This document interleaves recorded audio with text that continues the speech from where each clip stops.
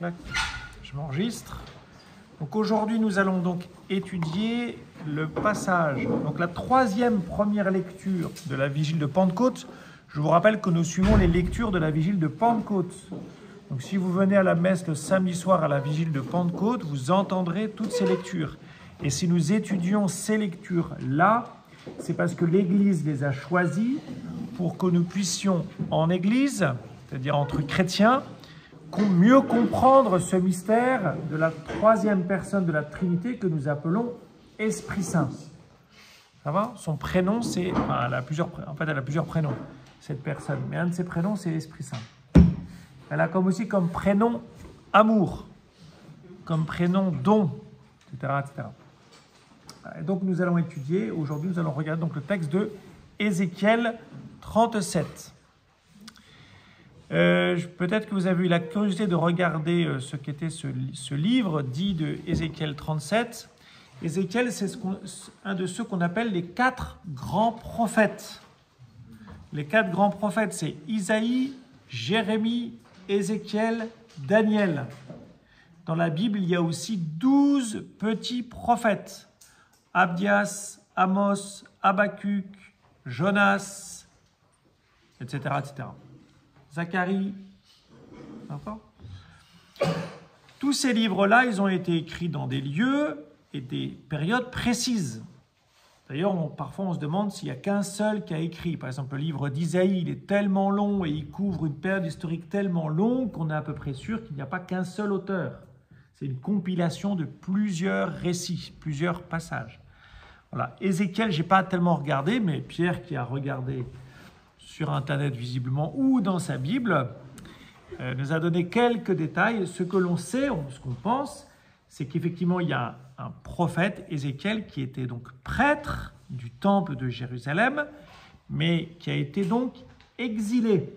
Je vous rappelle l'histoire du peuple d'Israël. L'histoire du peuple d'Israël, d'ailleurs, on devrait dire, parce que maintenant vous l'avez d'ailleurs lu dans la deuxième partie de ce chapitre, qu'il y a donc deux parties dans le peuple. Il y a celui qu'on appelle Israël et la partie qu'on appelle Juda.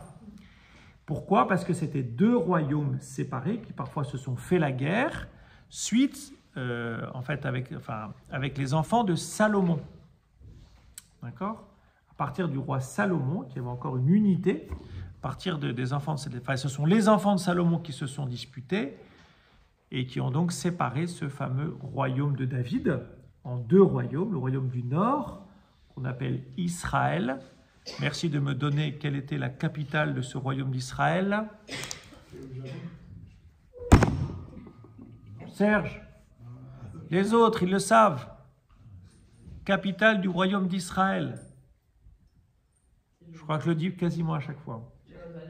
Samarie. Capitale du royaume de Juda. Jérusalem. Bravo. Voilà. Donc, il y a effectivement deux royaumes avec 2 capitales différentes. Et donc, en moins 728, le royaume d'Israël, avec la capitale Samarie, a disparu suite à des envahisseurs qu'on appelle les Assyriens, le royaume d'Assyrie. Et ensuite, en moins 598, le petit royaume de Juda est tombé et a été déporté en Babylonie. À Babylone, pas les Perses, chez les Chaldéens. Voilà. Et donc Ézéchiel, lui, on pense que c'est à peu près sûr qu'il était prêtre, qu'il avait été lui-même exilé, et donc son activité prophétique et littéraire, elle a eu lieu lorsqu'il était en exil à Babylone. Ça, c'est important. C'est important hein, parce que sans ça, encore une fois, méconnaître, et d'ailleurs c'est super que vous soyez là, hein, mais je rappelle que méconnaître l'Ancien Testament, c'est méconnaître le Christ. On ne peut pas connaître et comprendre Jésus-Christ si on ne connaît pas, si on ne comprend pas l'Ancien Testament. Jésus était juif, il a médité ce livre d'Ézéchiel, il l'a lu, il s'en est nourri hein, dans sa prière. C'est comme ça qu'il a compris d'ailleurs qu'il y avait un truc qui allait se passer avec l'esprit. Hein. C'est pas descendu du ciel comme ça. Lui-même a été homme. Hein. Je vous rappelais que Jésus, fils de Dieu, s'est fait homme. Il a donc appris comme un homme. Il a prié comme un homme. Il a donc lu l'Ancien Testament comme un homme. Voilà. Alors, je vais admettre des deux là. Bonjour, monsieur, dame. On a commencé depuis 5 minutes. Je continue. Pas de problème. Donc, je vais couper le truc. Donc, voilà. Et donc, Ézéchiel 37. Ézéchiel 37, vous l'avez vu, donc on est aux 2/3 du livre à peu près, hein, je crois que c'est 50 chapitres ou 40 chapitres, peut-être un peu plus, je ne sais plus. Le livre d'Ézéchiel, c'est un livre qui est assez long. Donc, et donc, on a ce qu'on appelle une prophétie. En fait, ce n'est pas vraiment une prophétie, enfin, si, c'est une prophétie en acte, en action, mais c'est d'abord une vision.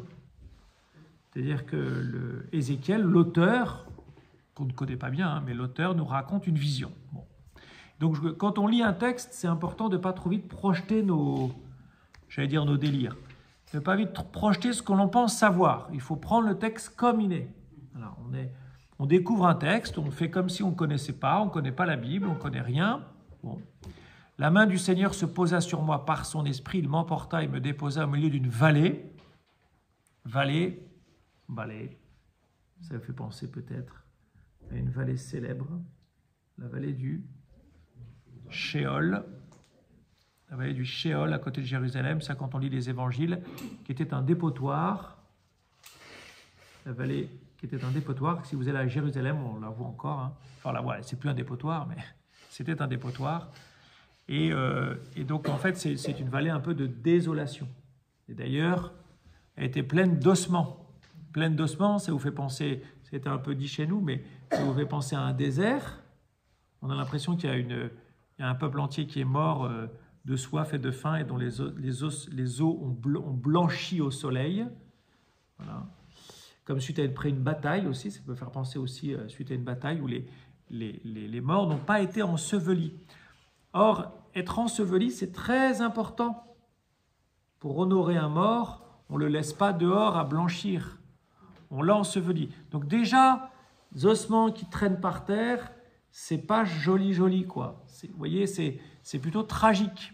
Il y a quelque chose c'est de l'ordre de quelque chose de terrible, en fait. Presque comme une malédiction. On a laissé les morts pourrir et se dessécher au soleil. Donc c'est quelque chose qui est terrible, en fait. Qui est terrible. Fils d'homme, ces ossements peuvent-ils revivre? Je lui répondis, Seigneur Dieu, c'est toi qui le sais. Il a raison. Il me dit alors, prophétise sur ces ossements, tu leur diras, ossements desséchés, écoutez la parole du Seigneur. Alors, voilà tout ce que ça veut dire. Donc, bien sûr, les ossements, je rajoute un peu sur les ossements, mais les ossements laissent entendre qu'il n'y a pas ils sont bien et bien morts, quoi. C'est pire qu'avec Jésus quand Lazare est au tombeau et qu'on dit il sent déjà. Là, on est vraiment, en fait, c'est impossible. D'ailleurs, ça va être le grand message de ce texte. Hein. Vous avez compris, rien n'est impossible à Dieu. Ça, vous pouvez entendre la finale de l'Annonciation en Saint-Luc, quand l'ange vient annoncer à Marie qu'elle sera enceinte. Comment se termine le passage? Rien n'est impossible à Dieu.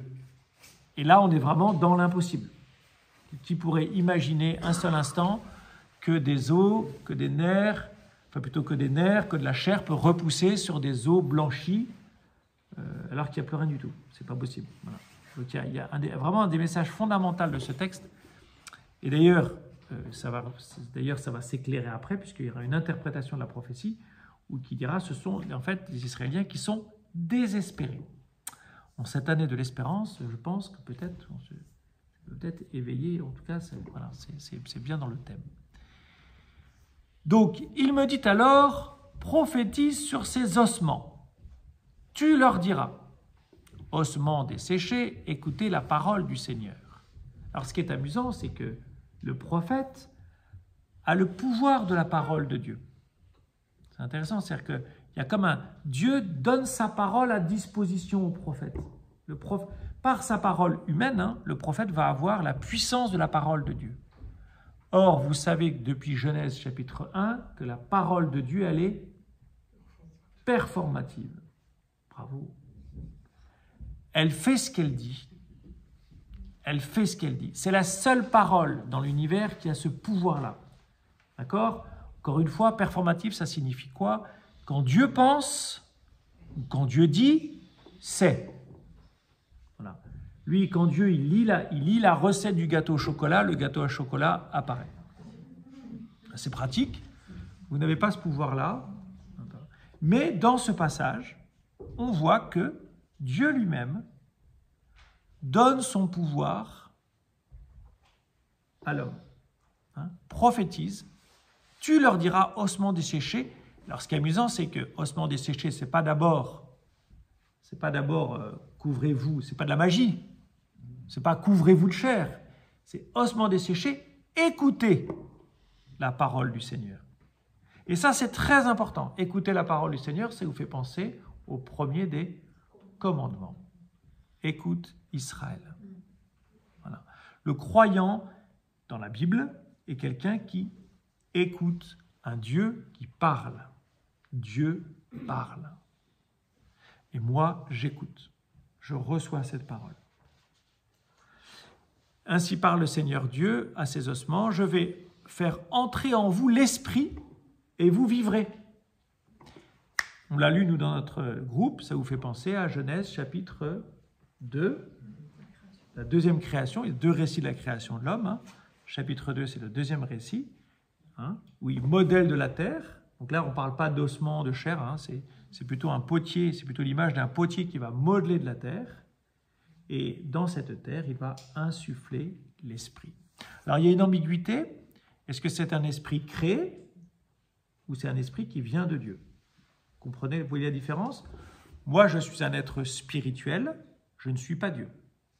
Mon esprit, il n'est pas divin. Mon esprit, il est humain.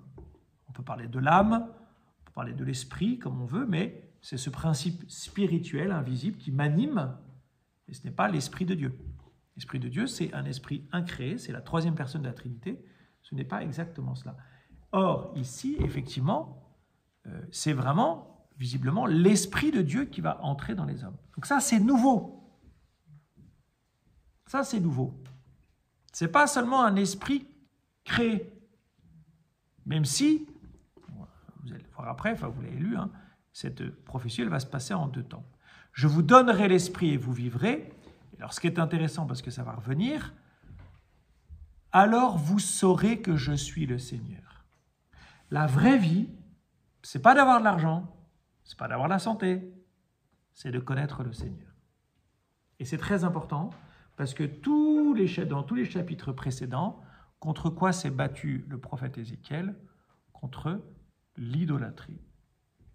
Il a dénoncé l'idolâtrie. Et l'idolâtrie, c'est quoi? Très basiquement, c'est se tromper de Dieu. Donc, c'est ne pas connaître Dieu. Donc, l'esprit qui est donné là, il va me donner une grâce inestimable, enfin, qu'on peut juger inestimable, on peut toujours dire que ce n'est pas très important, mais c'est de connaître Dieu. C'est de connaître Dieu.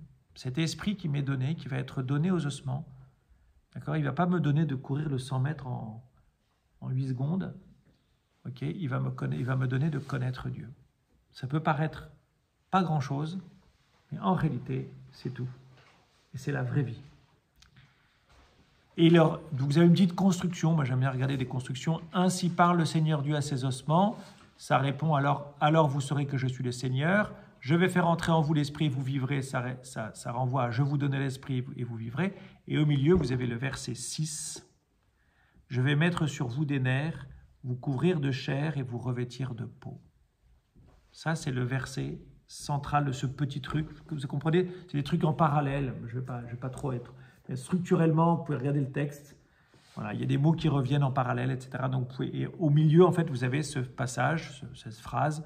Je vais mettre sur vous des nerfs, vous couvrir de chair et vous revêtir de peau.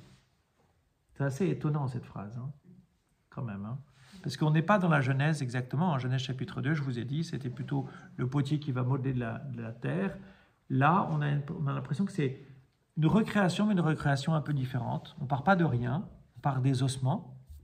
et on va leur redonner de la chair. Bien sûr, à quoi ça vous a fait penser, à vous qui êtes chrétiens? À la résurrection. Et alors ça, c'est extraordinaire dans ce passage-là, parce que vraiment, on a comme une trace, comme une annonce de la résurrection. Et la résurrection des corps, pas de la réanimation. Pas de la réanimation, vraiment de la résurrection des corps. On va même plus loin que Jésus, puisque Jésus n'a pas été, lui, son corps n'est pas allé jusqu'à être des ossements, hein, puisqu'au bout de 3 jours, il est ressuscité. Donc c'est vraiment un acte, j'allais dire fondateur, plus que fondateur, un acte incroyable de l'esprit. Donc l'esprit est capable de redonner vie, et plus que de redonner vie, de vraiment redonner corps à un corps mort, si je puis dire, un être humain mort, presque décomposé. Voilà. Alors, donc ensuite, il y a la réalisation de la prophétie, verset 7. « Je prophétisais comme j'en avais reçu l'ordre. » Bon, c'est important hein, d'obéir à la parole de Dieu, comme j'en avais reçu l'ordre. Le prophète, hein, il est saint, non pas parce qu'il prophétise, il est saint parce qu'il obéit à Dieu. Hein. La sainteté, ce n'est pas de faire des miracles, hein. Je vous rappelle ça tout de suite, je vous dis ça tout de suite. On n'est pas saint parce qu'on fait des miracles, on est saint parce qu'on obéit à Dieu. D'abord, parce qu'on met en pratique sa parole et ce qu'il nous dit. Je prophétisais. Pendant que je prophétisais, il y eut un bruit, puis une violente secousse. Ah! Ça vous faisait penser à la Pentecôte. Récit de la Pentecôte, acte 2. Actes des Apôtres, chapitre 2. Ça, c'est le Nouveau Testament. Mais si je prends simplement l'Ancien Testament, ça vous fait penser à d'autres événements où il y a eu effectivement du bruit, etc. C'est dans Exode 19, peut-être que vous l'avez vu, je ne sais plus exactement si c'était dans le passage que vous avez vu avec Anne-Lucie, mais dans Exode 19, quand Dieu vient sur la montagne pour donner les tables de la loi, il y a eu un grand tremblement de terre, etc. etc. La rencontre d'Élie, alors Dieu n'est pas dans le tremblement de terre, mais Élie, quand il est sur la montagne, il y a un tremblement de terre, il y a un feu, etc. C'est-à-dire que ce grand bruit, cette secousse, ça annonce ce qu'on appelle une théophanie, c'est-à-dire une apparition de Dieu. C'est la présence de Dieu. Ça dit la présence de Dieu. Pendant que je vois, il y a un bruit, et les ossements se rapprochèrent les uns des autres. Je vis qu'ils se couvraient de nerfs, la chair repoussée, les peaux les recouvraient, mais il n'y avait pas d'esprit en eux. Voilà. Le Seigneur me dit alors, adresse une prophétie à l'esprit. Ça, pour moi, c'est vraiment la pointe de ce texte. C'est vraiment la nouveauté. D'accord ? Adresse une prophétie à l'esprit. Prophétise. Fils d'homme, dis à l'esprit. Dis à l'esprit. C'est incroyable. Le prophète a le pouvoir de faire obéir l'esprit. Il y a le pouvoir de faire obéir l'esprit. Dis à l'esprit. Ainsi parle le Seigneur Dieu, viens des 4 vents, esprit, souffle sur ces morts et qu'ils vivent. Alors, vent, esprit, souffle en grec, hein, c'est pneuma, c'est un peu le même mot à chaque fois. Hein. Avant, je n'ai pas vérifié, mais souffle et esprit, c'est le même mot, c'est pneuma, pneumatique. Pneumatikos, c'est être spirituel.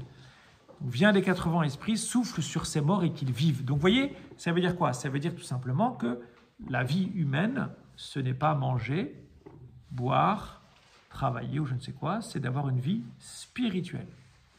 La vraie vie, c'est ce que je vous ai dit tout à l'heure, la vraie vie consiste à connaître Dieu, connaître le vrai Dieu, et ça c'est possible par l'Esprit de Dieu, qui vient comme donner pleinement la vie à l'homme. Je prophétisais comme il m'en avait donné l'ordre, et l'Esprit entra en eux, ils revinrent à la vie, et ils se dressèrent sur leurs pieds.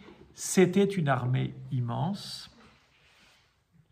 Bon, bien sûr, c'est une armée immense. Ça fait penser à l'Apocalypse. Hein, je vous cite le verset de l'Apocalypse. Après cela, j'ai vu, et voici une foule immense que nul ne pouvait dénombrer, une foule de toutes les nations, tribus, peuples et langues. Ils se tenaient debout devant le trône et devant l'agneau, vêtus de robes blanches avec des palmes à la main. C'est la fête de la Toussaint. C'est la fête de la Toussaint. Cette foule immense, c'est la foule immense des saints. C'est ce qu'on a fêté samedi. Voilà. Alors ensuite, il y a l'interprétation à partir de verset 11, c'est ce que j'ai dit dans mon groupe, ce qui est assez étonnant, c'est que là, le texte lui-même va vous donner l'interprétation de la vision. Donc là, moi, j'ai parlé, mais en fait, le texte lui-même va interpréter cette vision. Il va donc expliquer, l'auteur va lui-même expliquer ce que signifie cette vision. Qu'est-ce qu'elle signifie? Fils d'homme, ces ossements, c'est toute la maison d'Israël, car ils disent, nos ossements sont desséchés, notre espérance est détruite, nous sommes perdus. Ça, c'est quelque chose que beaucoup d'entre nous, on pourrait se dire, hein, je suis désespéré, je suis perdu. Voilà. Ben, l'image, dans le texte d'Ézéchiel, l'image de ce peuple qui est désespéré, ce sont des ossements desséchés. Donc on n'est pas d'abord là pour parler d'une résurrection des corps. On est là pour redonner l'espérance à des gens désespérés. D'accord? C'est pas d'abord de parler de la résurrection. On est d'abord là pour parler d'une espérance à redonner à un peuple qui est désespéré. Pourquoi il est désespéré? Ben vous le savez, je l'ai un peu dit, ce peuple, il a été déporté. Il a été déporté suite à une guerre, il a été emmené en exil, loin de sa terre, loin de Jérusalem, sa capitale, loin du temple. Ils n'ont plus l'occasion, à proprement parler, d'offrir un culte à Dieu. Ils sont loin de chez eux, ils sont immigrés, comme on dit, hein. Et donc ils sont désespérés. Et alors, c'est pourquoi prophétise, tu leur diras, et là on rentre dans le réel, au sens où là le prophète est envoyé vers des gens normaux, vers des gens concrets, hein, pas des ossements pour le coup. Ainsi parle le Seigneur, je vais ouvrir vos tombeaux et je vous en ferai remonter au mon peuple. Bien sûr, nous chrétiens, qu'est-ce qu'on voit? On voit la résurrection, encore une fois, on ne s'est pas complètement trompé. Je vous ramènerai sur la terre d'Israël et vous saurez que je suis le Seigneur. Alors là, ce qui est intéressant, c'est que là, il y a une prophétie qui annonce le retour sur la terre. Et vous voyez, quand je vous ai dit, la vraie vie, c'est de connaître le Seigneur, vous saurez que je suis le Seigneur, mais cette vraie vie, elle se vit d'abord sur la terre d'Israël. Elle ne se vit pas n'importe où. La vraie vie, elle se vit sur la terre d'Israël. Et donc, vous comprenez peut-être pourquoi aujourd'hui, c'est ce que je disais dans mon groupe, pourquoi aujourd'hui on parle de l'État d'Israël tous les jours. Parce que les Juifs du monde entier, quand ils lisent ce passage, ils disent « Nous voulons nous aussi revenir à Jérusalem ». Depuis 1948, quand ils sont revenus. C'est vraiment inscrit dans le texte biblique et interprété. Alors, pour l'instant, c'est une interprétation 1.0, si je peux dire, très littérale, parce qu'ensuite, il y aura une autre interprétation de la terre. Mais là, la terre, le retour à la terre, il est fondamental. Et on peut comprendre que des Juifs du monde entier, j'allais dire de tout temps, mais surtout depuis le 19e siècle, ont voulu revenir sur la terre d'Israël. Pourquoi? Pour connaître Dieu. Pour connaître Dieu. Nous chrétiens, comment on fait pour connaître Dieu? Nous allons à la messe. Voilà. Donc nous pouvons célébrer la messe. Notre terre, elle se déplace d'église en église. Ou dès qu'on célèbre la messe, on n'a pas besoin d'une terre, on n'a pas besoin d'un lieu particulier. Mais dans le texte d'Ézéchiel, pour les Hébreux, c'est de revenir sur un lieu géographique déterminé de la planète. Ce n'est pas n'importe quel lieu. Après, il y aura une autre interprétation petit à petit de la terre elle-même. D'accord? Même chez les Juifs. Parce qu'il y a des Juifs qui ne sont pas, comme on dit, sionistes. Ils n'ont pas forcément envie de revenir, de s'installer sur cette terre. Mais il y a quand même toujours, ce lieu est très particulier pour les frères et sœurs de Jésus, les Juifs. Quand j'ouvrirai vos tombeaux et je vous en ferai remonter ô mon peuple, je mettrai en vous mon esprit et vous vivrez. Je vous donnerai le repos sur votre terre. Alors vous saurez que je suis le Seigneur. J'ai parlé et je le ferai. Oracle du Seigneur. Encore toujours cette parole performative. J'ai parlé et je le ferai. Et de fait, ça s'est passé. Puisque dans l'histoire du peuple, une cinquantaine après l'exil, donc 598, en fait, il y a eu un deuxième assaut, 588, mais dans ces 50 ans ou 75 ans après, donc vers 500, moins 520, 510, le peuple a pu revenir sur sa terre. Grâce à qui? Vous connaissez l'histoire? Darius. Et vous savez que on m'a dit ça, et suite donc l'actualité toute récente, où l'État d'Israël a pu retrouver ses otages, grâce à M. Trump, Et donc il y a des juifs qui ont dit que le nouveau Darius, c'était Trump. Roi païen, Darius étant un roi païen, Trump étant un président païen pour un juif, eh bien, qui par son action a pu permettre le retour des otages. Il paraît que je ne l'ai pas lu en direct, enfin je ne l'ai pas lu, je ne l'ai pas entendu en direct, mais c'est une interprétation que je trouve, c'est pas amusant, parce que les circonstances ne sont pas du tout amusantes, mais qui est intéressante pour, si vous voulez, pour que nous comprenions à quel point ces écritures que nous lisons, pour les juifs, c'est vraiment, c'est vital, enfin en tout cas pour beaucoup de juifs, pas pour tous les juifs, mais c'est vraiment, c'est constitutif, si vous voulez, de leur foi. Voilà. Moi, ce que je trouve intéressant, si vous voulez, par rapport à... C'est quoi les thèmes, en fait, de ce passage? Bon, je l'ai un peu dit, c'est d'abord que, par sa parole, Dieu agit, ça on l'a compris. Donc ça m'invite, moi, à écouter Dieu. Parce qu'il n'y a pas de raison qu'il parle à ce peuple il y a de l'an moins 600, qu'il ne parle pas à moi, qu'il ne parle pas à l'Église, qu'il ne parle pas à la paroisse. Ça, c'est fondamental, ça. Dieu peut me parler encore aujourd'hui. Dieu me parle encore aujourd'hui. Donc la question, c'est comment je l'écoute, comment je l'entends, est-ce que je l'ai déjà entendu, est-ce que je l'entendrai demain, etc. etc. C'est toutes ces questions qui vous sont posées. Deuxième chose, c'est de demander l'Esprit. Parce qu'on voit bien que l'Esprit, il est partout.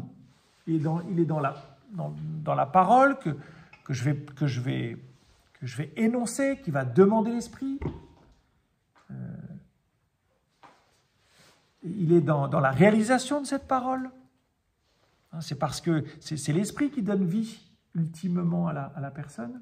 Donc, Seigneur, Esprit Saint, viens me donner la vie comme tu as donné la vie à ces ossements desséchés. Je peux me sentir comme un ossement desséché, oui. Je peux, moi, me sentir intérieurement comme un ossement, comme un squelette, quoi. Je n'ai pas de vie en moi, je peux très bien le ressentir, ça, le penser. Peut-être que je le suis, d'ailleurs, pour plein de raisons. Viens, Esprit. Vous voyez, cette magnifique prophétie à l'Esprit, mais je peux aussi la dire pour moi. Viens des 4 vents, Esprit, souffle sur ces morts et qu'ils vivent. Pour le mettre, puisque il paraît qu'au Parlement israélien, il y a un verset d'Ézéchiel, verset du chapitre 16, on pourrait nous mettre chapitre 37, verset 9 à l'entrée du Cap, viens des 4 vents, Esprit, souffle sur ces morts et qu'ils vivent. Ces morts, c'est nous, ça peut être nous, mais on peut estimer que si on va à la messe, on n'est pas complètement mort, enfin j'espère pour vous, mais sur toutes ces personnes qui ne connaissent pas Jésus, et qui d'une certaine manière sont mortes. Après, la totalité de la mort, c'est Dieu qui juge, mais vous voyez, viens des 4 vents, ça c'est un truc que vous pouvez apprendre par... Ce verset, il est peut-être à apprendre par cœur, même pour vous ce soir. Viens des 4 vents, Esprit, souffle sur moi, que je vive, que je vive vraiment de ton esprit, Seigneur. Voilà, donc il y a l'écoute de la parole, demander l'esprit ou prophétiser l'esprit, je ne sais pas comment dire. Et puis, il y a bien sûr de la désespérance à l'espérance, de la mort à la vie. De la mort à la vie, de la désespérance à l'espérance, de la mort à la vie. Et puis la 4e chose que je noterai, c'est rien n'est impossible à Dieu. Rien n'est impossible à Dieu. C'est, quelle que soit ma situation humaine, spirituelle d'aujourd'hui, Dieu a un chemin pour moi. C'est surtout ça. Dieu a un chemin. Et ce chemin, il est concret, vous voyez, parce qu'en plus, ça va être un chemin de retour. Ils vont même marcher pour revenir sur leur terre. Donc quand je dis que Dieu a un chemin pour moi, c'est tout à fait inscrit dans le texte, c'est très matériel dans le texte. Symboliquement, vous voyez, spirituellement, revenir à la terre promise, c'est revenir à mon cœur. C'est retourner à qui je suis vraiment. C'est me découvrir, me connaître, etc. etc. Voilà. Bien, écoutez, je clôt l'enregistrement.